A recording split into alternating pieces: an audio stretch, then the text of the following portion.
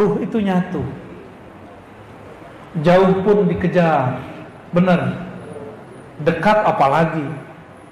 Tapi jika arwahnya belum kenal, dekat pun dia tidak kunjungi. Cuma melihat di YouTube saja. Nah, cek mana yang salah dari ustadz nih. Nanti kita komentari lagi, ya. Kita posting lagi. Kita buat lagi podcast baru. Ya salah. Bener ya. Wali YouTube ini mau berbahaya ya. Baik.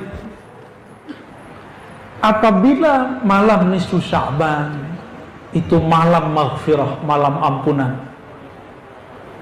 maka tidak diampuni orang-orang yang di kolbunya ada kebencian.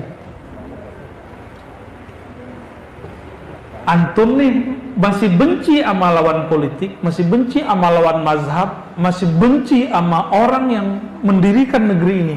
Saya baru dengar nih Pak Polisi, ada ustadz membenci proklamator kita Soekarno.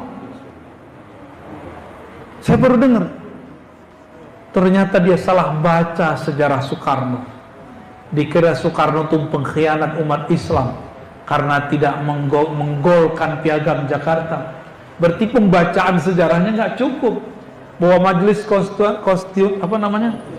bahasa Arabnya al-majlis at-ta'sisi. Waduh, bukan, salah itu. Anda ngetes antum doang, ternyata salahnya sama mana. Nah, itu benar. Itu dibubarkan tahun 59. Seingat saya bulan April ya. Di saat itu Soekarno kata melihat sudah berapa tahun ini umat Islam nasionalis, dan di situ waktu itu ada komunis. Mereka alot tidak menemukan kata sepakat. Akhirnya Soekarno, sudahlah, karena dia mengerti metodologi hukum, dia gabung semuanya. Tapi sebelum dia menggabungkan, dia mengatakan Pancasila nomor pertama sampai terakhir mengikuti makna spirit Piagam Jakarta. Barulah umat Islam yang ada di majelis itu tenang. Jadi Soekarno pro Islam atau bukan? Pro Islam. Dulu saya anti Soekarno Pak. Sampai saya S2. Dan di saat saya S2, saya dapat tugas dari senior saya untuk menerjemah beberapa buku ke bahasa Arab. Salah satu buku yang saya terjemah, bukunya Piagam Jakarta. Ditulis oleh seorang dokter, anak pejuang, saya lupa namanya karena sudah lama, tahun 2011. Di situ saya faham dan bertobat kepada Allah karena sudah suuzon kepada Soekarno. Ini dia katanya cinta NKRI. Bullshit gak tuh? Cinta NKRI tapi benci Soekarno. Dan yang paling aneh, yang paling sering dituduh sekarang berselingkuh dengan komunis itu ulama-ulama Ahlus Sunnah. Apalagi manhaj Nahdliyin paling sering dituduh komunis. Ini kan aneh.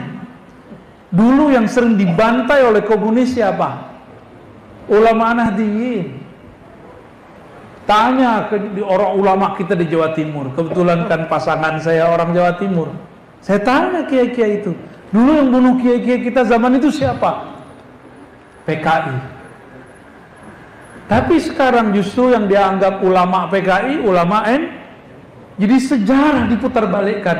Benarlah kata Rasulullah di akhir zaman, yusaddaqu fihal kazib. Pembohong-pembohong dianggap benar.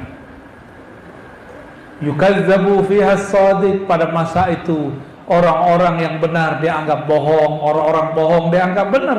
Sekarang zamannya, maka tetaplah jadi orang waras. Tenang aja ya. Kebenaran itu akan menghancurkan kebatilan. Ya. Itu di belakang kenapa ada berisik terus? Oh. Ya udah Pak, selamat saudara Pak ya. Ya kita husnuzon, mungkin dia lagi olahraga, kita lagi olah jiwa ya. Ya, kita doakan mereka sehat-sehat aja ya. Enggak kesel kan Pak? Beneran. Kita mau nisfu Sya'ban, enggak boleh kesel. Apalagi benci ya. Apalagi merasa majelis kita lebih baik, nggak boleh. Ya, tidak boleh. Saya setahun diuji guru saya ngajar hikam di lantai 2, di lantai bawah beliau main PS, Pak. Guru saya main PS. Itu PA nggak ketutup. Kalau orang biasa stres langsung. Giliran ada teks bagian kalam hikmah terpenting, tiba-tiba beliau lagi ngegolin. Ternyata yang nonton beliau main PS lebih banyak daripada yang ikut taklim sama saya. Semuanya berteriak gol. Hampir 5 menit bacaan hikam saya tidak terdengar. Saya ngomong apa gak kedengaran sama orang. Di hati langsung terbersit, ya Allah, guru, tuan guru, kalau begini terus nanti majelis nomor 2 ada di lantai 2 bisa bubar. Kalau saya gak ada masalah, yang lain takutnya bubar. Ternyata benar, orang yang duduk di samping saya sekarang jadi pengkhianat. Yang bukan yang sekarang ini, Pak, ya. Mengkhianati guru kita dan mengkhianati saya. Mungkin dia nggak bisa kali muter otaknya dengan cara berbaik sangka bahwa kita ngajarin hikam itu isinya kebijaksanaan, wisdom, dan itu dimulai dari kebeningan kolbu. Kebeningan kolbu, ketika ada orang bikin kesel, kita nggak kesel. Ada orang marah, kita nggak marah. Ada orang nggak menghargai kita, kita nggak tersinggung. Bisa nggak begitu? Bisa nggak begitu? Serius. Derajat kewalian antum di situ loh. Jadi mungkin nggak seorang kiai dipecat, bukan jadi wali, mungkin kerjanya marah mulu, menyebar kebencian mulu. Ulama itu takutnya ke Allah atau ke jamaah?